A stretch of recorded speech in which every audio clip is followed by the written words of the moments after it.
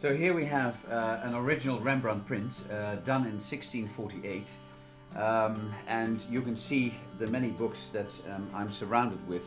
Therefore, wonderful to have a library like this. Many books have been written about Rembrandt's etchings over the past 200 years.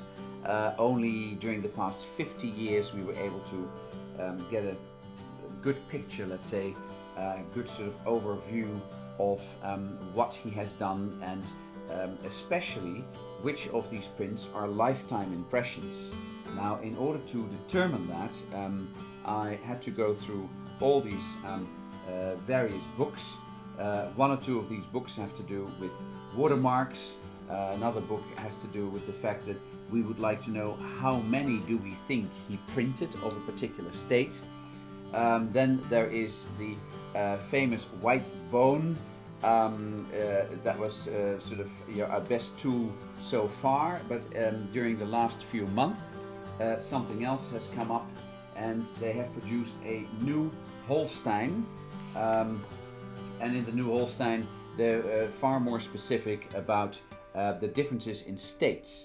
As you can see, for instance, with this particular print, we have about 5 different states of this print, and they have tried to actually show the particular photographs of the areas where changes were made, which will show us why we are talking about a first, a second or a third state. Now, in this particular print, of these 5 states, only about 2 of those states are lifetime, and therefore it is very exciting, and also it is very important for me to find out, am I right thinking that this particular print is a lifetime impression? And so far I found out that there are varieties here that we also see in these prints.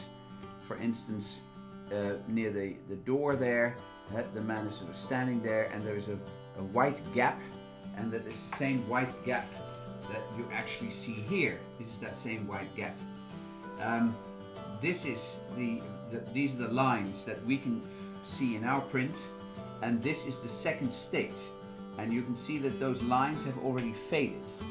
Now, if I go to another illustration, then you will see that the alms giver will have some shadow work, let's say, behind or next to his head, and that shadow work in the third state has been sort of increased, is prominently there. And if I look at the real etching, then you will see that this particular area behind his head actually belongs, let's say, to the second state, for instance.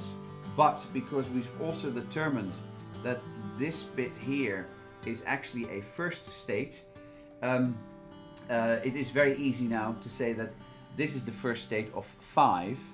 And if we then look at the paper, I don't know how I would be able to show you that, but this is how you look through the paper, and if you see these fine lines, these horizontal lines, that is beautiful 17th century paper. And near the back of the boy, you can see a B, and before it there is an L.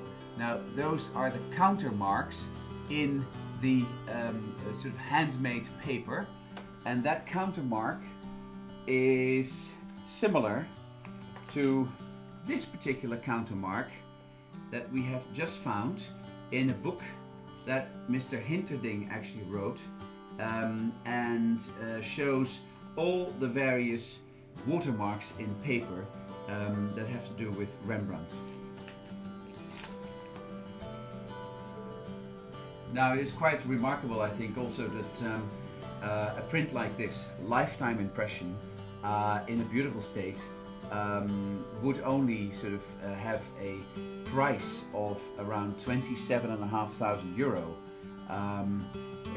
If we talk about sort of drawings by a modern artist, you'd have to increase the price, multiply the price by 10.